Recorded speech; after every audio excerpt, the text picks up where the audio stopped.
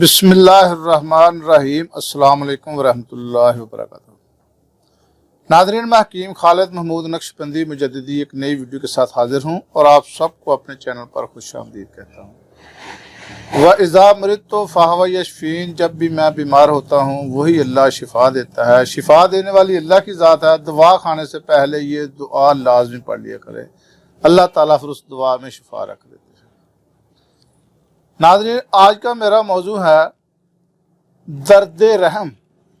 اکثر خواتین کو رحم میں درد رہتا ہے، تو یہ جو آج کا جو نسخہ ہے یہ درد رحم کے لیے مفید ہے، سیلان الرحم یعنی لکوریا کے لیے بھی بہت مفید ہے، ایام حیض کی باقاعدگی۔ باقاعدگی کا مطلب ہے کہ باقاعدگی سے آنا، ہر ٹائم ہر ماہ ایک مقررہ جو ان کا ٹائم ہوتا ہے اس وقت آ جانا۔ ایک ہوتا ہے بے قاعدگی۔ بے قاعدگی اس کو کہا جاتا ہے کہ کبھی کو 2-4 دن آگے چلی گئی، 2-4 دن پیچھے آ گئی، یا ایک مہینہ لیٹ ہو گئی یا 1.5 مہینہ لیٹ ہو گئی۔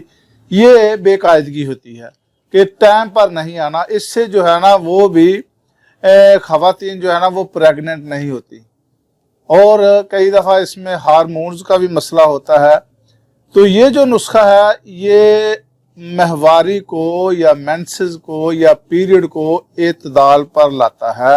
اس کا جو آگے پیچھے کا پیریڈ ہے وہ بالکل مقررہ وقت پر اس کو لا کر یہ جو اس کی باقاعدگی ہے اس کو دور کرتا ہے۔ اس کے علاوہ وضع حمل کے بعد کی جو کمزوری ہے یا اس میں جو پیچیدگیاں آ جاتی ہیں اس کے لیے بھی یہ نسخہ بہت ہی مفید ہے۔ اس کے علاوہ ذہن کی کمزوری، کند ذہن جس کو کہا جاتا ہے، اس کے لیے، اور بھولنے کی بیماری، یعنی کہ پہلے جو چیزیں میں نے آپ کو بتائی ہیں وہ ساری کی ساری خواتین کے لیے ہے، اور یہ دو بیماریاں جو ہیں کند ذہن اور نسیان بھولنے کی بیماری، یہ خواتین بھی استعمال کر سکتی ہیں اور مرد حضرات بھی استعمال کر سکتے ہیں۔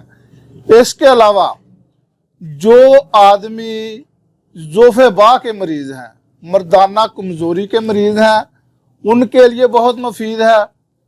ٹائمنگ کی جن کو شکایت ہے، صورت انزال کی جس کو مسئلہ ہے، بہت زیادہ پریشان لوگ ہیں، یہ ان کے لیے بھی بہت ہی مفید ہے۔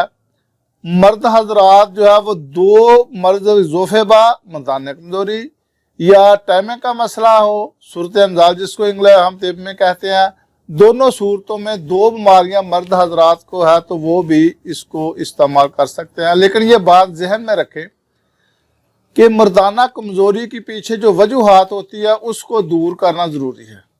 اسی طرح صورت انزال بھی جو اس کے پیچھے وجوہات ہوتی ہے، جب تک وہ دور نہیں کریں گے اس وقت تک یہ جتنے بھی مسائل ہیں وہ حل نہیں ہوں گے۔ اگر پچھلی جو وجوہات ہے اس کو دور کر کے یہ نسخہ دیا جائے تو صورت انزال کا مسئلہ بھی حل ہو جائے گا۔ اگر مردانہ کمزوری کے پیچھے کی جو وجوہات ہے جس وجہ سے وہ مردانہ کمزوری ہوئی ہے وہ وجوہات ختم کر کے یہ نسخہ دیا جائے تو اس کو بھی یہ بہت زیادہ فائدہ مند ہے۔ تو ناظرین، یہ اب اس کی جو چیزیں ہیں یا نوٹ کر لیں۔ زنجبیل، یہ زنجبیل ہم اس کو جو ادرک ہوتا ہے نا، اس کو جب یہ سوکھ جاتی ہے اس کو ہم زنجبیل کہتے ہیں۔ جو ہری ہوتی ہے، تازہ ہوتی ہے، جو ہنڈیوں میں ڈالی جاتی ہیں وہ ادرک ہے۔ جب اس کو خشک کر لیا جاتا ہے تو پھر یہ زنجبیل ہے۔ یہ 10 تولہ روغن زرد گائے کا گھی، یہ بھی 10 تولہ گائے کا دودھ، یہ آپ نے 7 کلو لینا ہے۔ آگے سفید چینی لے لیں یا خالص شہد لے لیں 1 کلو، یہ لے لیں۔ اس کے بعد مغز تخم خرپزہ، یہ 2 تولہ لینے ہیں۔ مغز چرونجی 2 تولہ، نشاستہ 2 تولہ، اسگد نگوری 2 تولہ، مغز سنگھاڑا 2 تولہ، موسلی سفید انڈیا کی جو 1 نمبر ہے 2 تولہ، موچرس 2 تولہ، گوند ببول کیکر کا گوند 2 تولہ، بڑی الائچی 2 تولہ، ستاور 2 تولہ، سازج ہندی 9 ماشا، برادہ سندر سفید کا بورا